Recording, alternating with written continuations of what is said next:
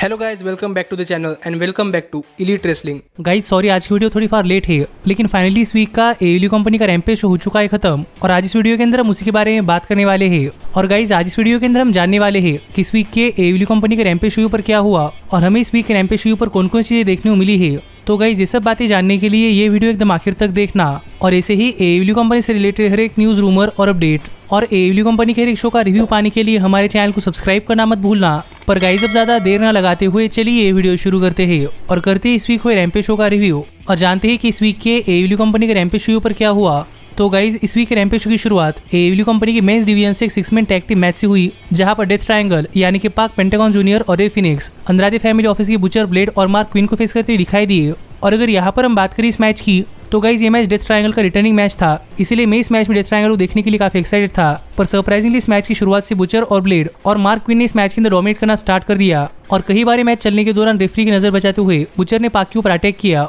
और जब इस मैच के अंदर मार्क क्वीन लीगल थे, तब देखने में ऐसा लग रहा था कि रे फिनिक्स मार्क क्वीन को आराम से ओवरकम करने वाले हैं। लेकिन गाइज यहाँ पर मार्क क्वीन ने भी अपने बहुत ही बड़े मूव्स लगाए और कई बार देखने में ऐसा लग रहा था कि मार्क क्वीन रे फिनिक्स के लेवल मैच कर पा रहे हैं। और इसी मैच में हर बार की तरह ही क्रिस जेरिको ने अपना sports entertainer of the week award Butcher और ब्लेड को दे दिया, जो कि जेरिको की तरफ से एक स्किड है। और इसी मैच के दौरान हमने देखा कि काइल रैली रिंग साइड पर बैठकर इस मैच को नोट कर रहे थे, क्योंकि आगे चलकर ओवेन हार्ट कप टूर्नामेंट के अंदर काइल रैली और रे फिनिक्स का मैच होने वाला है। लेकिन जहां तक बात इस मैच की विनर की, तो गाइस फाइनली इस मैच के आखिर में पाक मैच जीतने काफी करीब पहुंच हुए थे, पर मार्क क्वीन के पैर रोप्स पर थे, इसीलिए पाक मैच नहीं जीत पाए। जो देखकर रे फिनिक्स और पेंटागन जूनियर इन दोनों ने मिलकर मार्क क्वीन के ऊपर अपना फिनिशर लगा दिया और बुचर और ब्लेड के ऊपर एक सुसाइड डाइव लगा दी। और फाइनली रिंग के अंदर पाक ने मार्क क्वीन के ऊपर अपना फिनिशर यानी कि ब्लैक एरो लगा दिया और यहाँ पर मार्क क्वीन को पिन कर पाक ने अपनी टीम यानी कि डेथ ट्रायंगल के लिए मैच जीत लिया है। जो मैच मेरे हिसाब से इस वीक के रैम्पेज शो को ओपन करने के लिए एक बहुत ही बढ़िया मैच था। और गाइज मुझे ये मैच बहुत ज्यादा पसंद आया है। पर जैसी डेथ ट्रायंगल ने मैच जीता, वैसी सरप्राइजिंगली यहाँ पर सभी लाइट्स ऑफ हो गई और लाइट्स वापस आने के बाद हमने देखा कि रिंग के अंदर कोई और नहीं बल्कि हाउस ऑफ ब्लैक खड़ा था। और ये देखकर यहाँ पर डेथ ट्रायंगल काफी गुस्सा था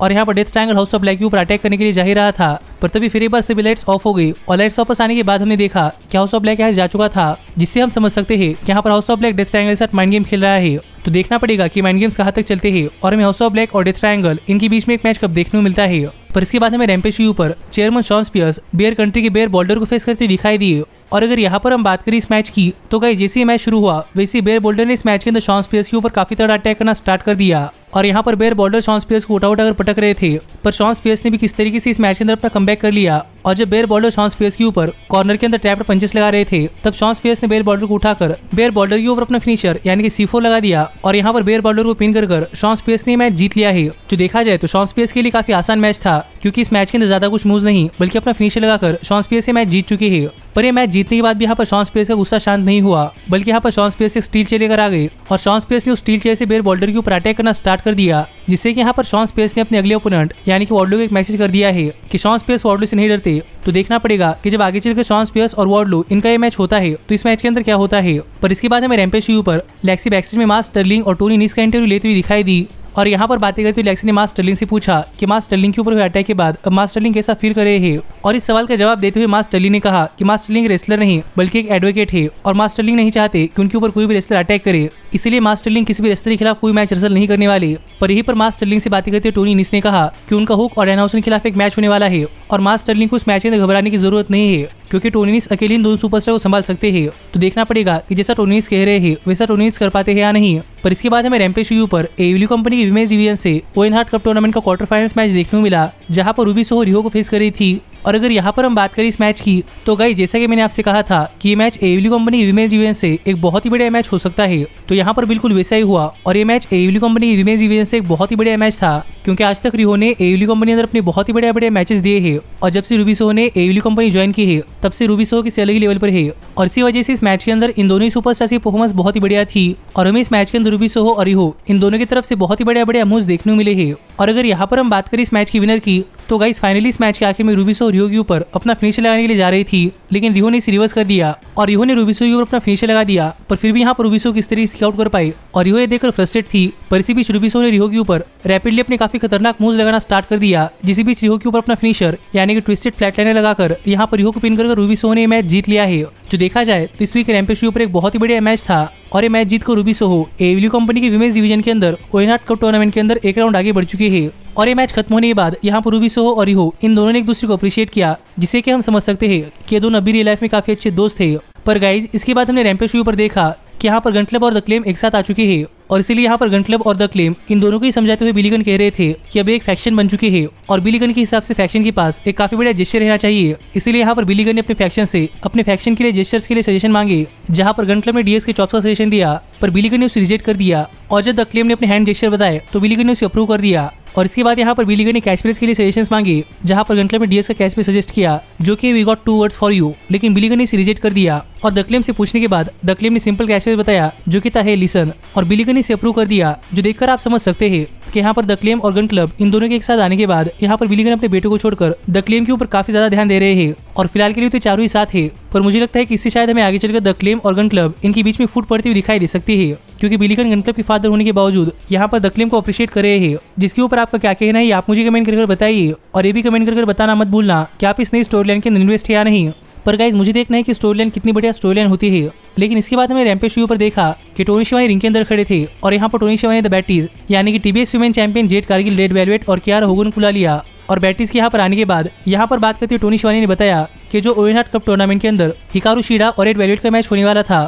तो मैच कैंसिल हो चुका है, क्योंकि हिकारू शिडा को डॉक्टर्स ने रेसल करने के लिए क्लियर नहीं किया। जो बात यहाँ पर टोनी शिवानी ने बताई और इसके ऊपर बात करते हुए मास टली ने कहा कि मास टली को लगता है कि अगर ये मैच कैंसिल हो चुका है तो रेड वेलवेट को डायरेक्टली अगले राउंड के अंदर भेजा जाए। लेकिन यहीं पर बात करते हुए टोनी शिवानी ने कहा कि नहीं, हिकारू शिडा के लिए रिप्लेसमेंट ढूंढ ली गई है और ये रिप्लेसमेंट कोई और नहीं बल्कि रेड वेलवेट की पुरानी दोस्त यानी क्रिस टैटलैंडर है। जो बात यहाँ पर टोनी शिवानी ने बताई और ये देखकर रेड वेलवेट भी काफी सरप्राइज थी, क्योंकि रेड वेलवेट और क्रिस टैटलैंडर ये एएलयू कंपनी अंदर काफी अच्छे दोस्त थे, पर अब ये दोनों एक दूसरे के अगेंस्ट हो चुके हैं। तो इसलिए देखना पड़ेगा कि क्या यहाँ पर रेड वेलवेट अपनी दोस्त यानी क्रिस टैटलैंडर का साथ देती है या फिर द बैटीज का। पर इसके बाद स्पीक के रैम्पेज शो के मेन इवेंट से पहले यहाँ पर स्कॉर्पियो स्काई और फ्रैंकी कज़िलियन से बात करते हुए मार्क हैंडी ने पूछा कि स्कॉर्पियो स्काई के इस मैच के ऊपर क्या कहना है, और स्कॉर्पियो स्काई यहाँ पर जवाब दे ही रहे थे। लेकिन यहीं पर बात करते हुए ईथन पेज ने कहा कि ईथन पेज को समझ नहीं आ रहा कि फ्रैंकी कज़िलियन को टीएनटी चैंपियनशिप के लिए मौका क्यों मिला है, क्योंकि फ्रैंकी कज़िलियन टीएनटी चैंपियनशिप का मैच डिजर्व नहीं करते। जो बात यहाँ पर ईथन पेज कर रहे थे, पर यहीं पर बातें करते स्कॉर्पियो स्काई ने कहा कि स्कॉर्पियो स्काई ने फ्रैंकी कज़िलियन को प्रॉमिस किया था और इसीलिए स्कॉर्पियो स्काई फ्रैंकी कज़िलियन के खिलाफ अपनी टीएनटी चैंपियनशिप डिफेंड कर रहे हैं और स्कॉर्पियो स्काई नहीं चाहते कि इनकी इस मैच के अंदर कोई भी इंटरफेयर करे।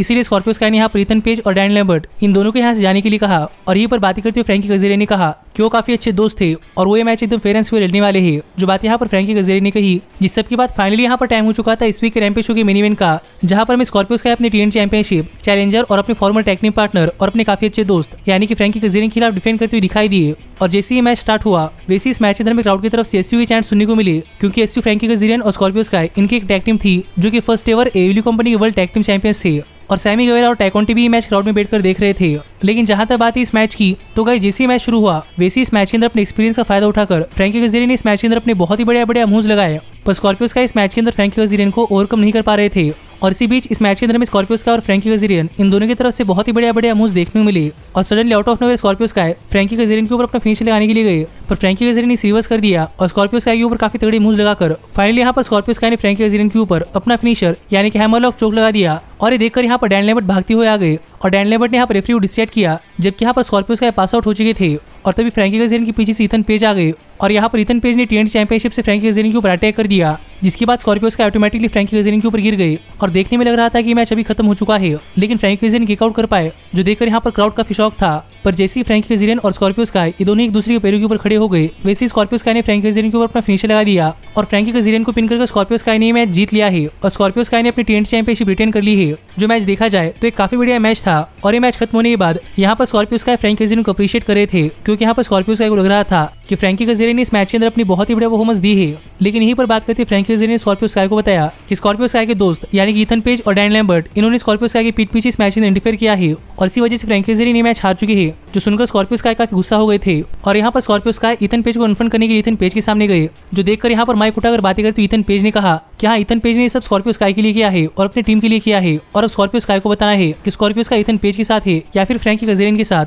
जो बात यहाँ पर ईथन पेज ने कही और ईथन पेज के ऐसे कहते ही सरप्राइजिंगली यहाँ पर स्कॉर्पियो स्काई ने फ्रैंकी कज़िलियन के ऊपर अटैक कर दिया, जिससे कि आप समझ सकते हैं कि ईथन पेज के लिए स्कॉर्पियो स्काई ने अपनी 9 साल पुरानी दोस्ती को खत्म कर दिया है। जो देखकर रिंगसाइड पर बैठे हुए सैमी गवेरा काफी नाराज थे और यहीं पर फ्रैंकी कज़िलियन के ऊपर अटैक करते हुए डैन लैम्बर्ट ने सैमी गवेरा को भला बुरा कहा, जो देखकर सैमी गवेरा रिंग के अंदर आ गए और सैमी गवेरा को देखकर ईथन पेज और स्कॉर्पियो स्काई ये दोनों यहाँ से भाग गए। और इसी तरह इस वीक का रैम्पेज शो ऑफ चला गया, जो शो मेरे हिसाब से एक बहुत ही बढ़िया शो था। और गाइस शो के आखिर में मुझे एक बहुत ही बड़ा ट्विस्ट पसंद आया है, पर आप भी मुझे कमेंट कर बताइए कि शो के ऊपर आपका क्या कहना है। और ऐसे ही AEW कंपनी से रिलेटेड हर एक न्यूज़, रूमर और अपडेट और AEW कंपनी के हर एक शो का रिव्यू पाने के लिए हमारे चैनल को सब्सक्राइब करना मत भूलना। पर गाइज अब मैं मिलता हूँ आपसे अगली वीडियो के अंदर, पर तब तक stay healthy, stay happy and keep watching elite wrestling. Hey, did you like that video? Click the screen for more. And where do you think you're going? Check out our official merchandise page and to support the entire cast. And thanks so much for being the elite. The elite, the elite. What, Nick, you're not going to sing it all with me this time?